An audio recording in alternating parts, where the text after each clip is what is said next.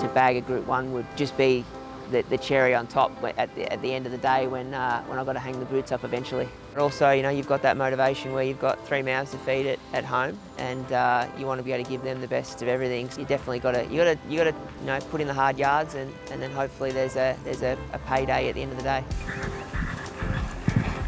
My name's Andrew Mallyon, 36 years old, and I'm a jockey based on the Gold Coast. What's your name? My name's Violet. Violet. Family is pretty entrenched in racing. Mum and Dad were both jockeys, uncles, we were all jockeys based all at Flemington. As much as I tried to fight it early doors, played a bit of footy and cricket, and was a pretty keen skateboarder.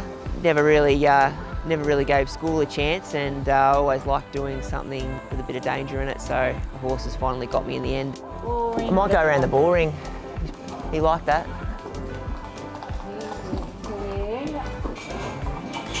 2.25. 6 and 2 and 25, sweet. Obviously the rigours of being a jockey in Victoria are pretty full on. Racing every day, you throw in night racing and things like that, track work trials. But at the end of the day, it sort of took a toll on my happiness more than anything. So I got a bit stale on it, and was sort of looking at other avenues where I was able to sort of have a bit of a balanced, more of a balanced home life.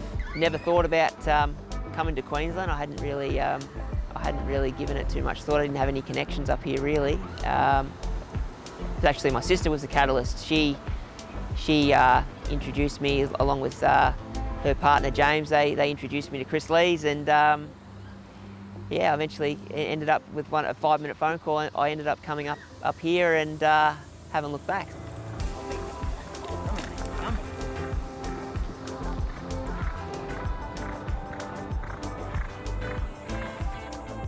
Bubba's Bay reached the lead. Midnight in Tokyo. Ned's going flying home. Bubba's Bay in front and 1.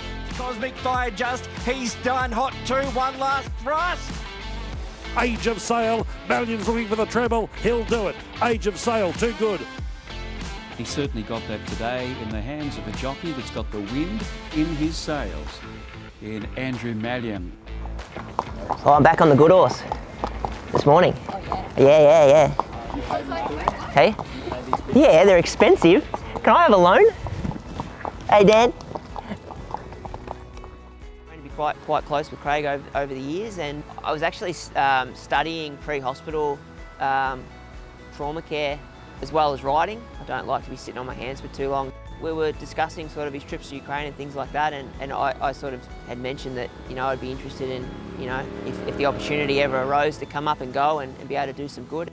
Last year that opportunity arose where I was able to go over and help out. It was terribly distressing to see some of the things that I had to witness there. It certainly changed the way I view the world, and yeah, it if anything done me the world of good when I was able to come home and really appreciate what I have here at home. I think that really helped me also, not only as a person but as a jockey as well.